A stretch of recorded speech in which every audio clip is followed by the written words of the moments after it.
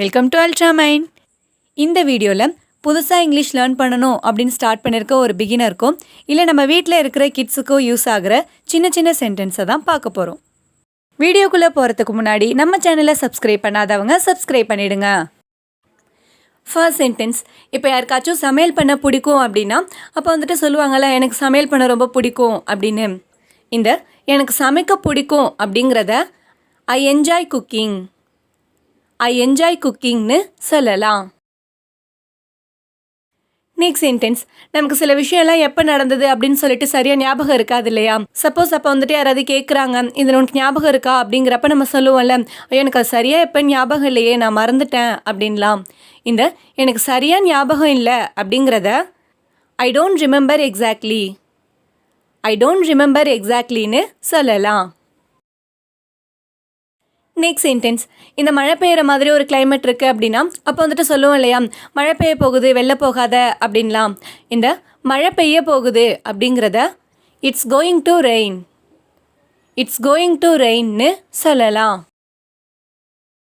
Next sentence, இப்போ புதுசாக ஏதாச்சும் ஒரு ஜாப் ட்ரை பண்ண போகிறோம் அப்படின்னா நார்மலாக எல்லார்ட்டையும் கேட்போம் இல்லையா, இந்த இடத்துல ட்ரை பண்ணலாமா, ஏதாவது வேலை கிடைக்கிறதுக்கு சான்ஸ் இருக்கா அப்படின்லாம்.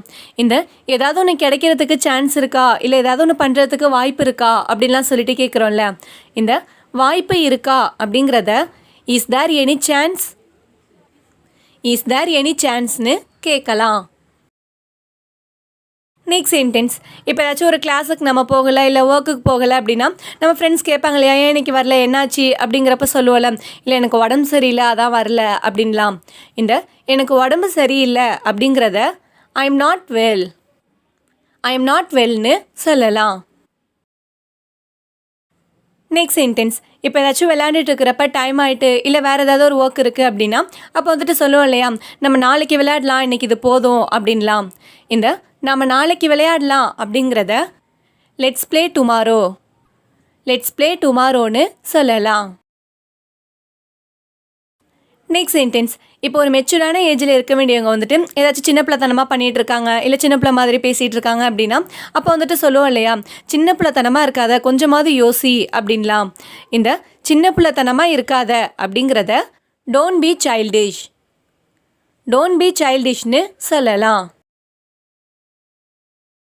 நெக்ஸ்ட் சென்டென்ஸ், இப்போ ஃப்ரெண்ட்ஸோடு நடந்து போயிட்டுருக்கிறப்பையோ இல்லை பைக் ஸ்கூட்டியில் போயிட்டுருக்கிறப்பையோ அவங்க வந்துட்டு கொஞ்சம் வேகமாக போகிறாங்க அப்படின்னா அப்போ வந்துட்டு சொல்லுவோம் இல்லையா, நீ ரொம்ப வேகமாக போகிற கொஞ்சம் பொறுமையாக போ அப்படின்லாம்.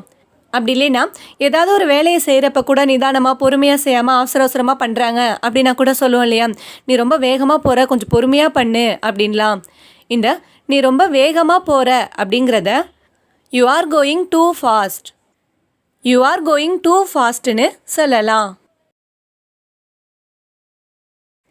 லாஸ்ட் சென்டென்ஸ், இப்போ ரயில்வே ஸ்டேஷன்லேயோ இல்லை பஸ் ஸ்டாண்ட்லேயோ வந்துட்டு நம்ம போகிற பஸ் எப்போ வரும் இல்லை நம்ம போகிற ட்ரெயின் எப்போ வரும் அப்படின்னு சொல்லிட்டு பக்கத்தில் கேட்போம் இல்லையா, ட்ரெயின் எப்போ வரும் இல்லை பஸ் எப்போ வரும் அப்படின்லாம். இந்த ட்ரெயின் எப்போ வரும் அப்படிங்கிறத when will the train comeன்னு கேட்கலாம்.